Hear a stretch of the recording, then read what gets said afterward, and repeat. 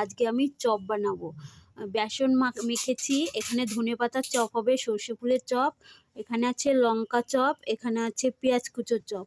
তো আজকে আমি 4 রকমের চপ বানাবো, তোমরা দেখতে থাকো বন্ধু।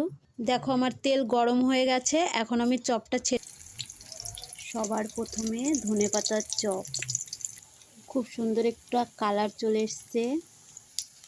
এবার সর্ষে ফুলের বড়া দেওয়া হচ্ছে, সর্ষে ফুল তো অনেকটাই সর্ষে ফুলের চপ, পুরো মানে কি বলবো, চিকেন ললিপপের মতন হয়ে গেছে, কালারটা খুব সুন্দর চলে এসেছে।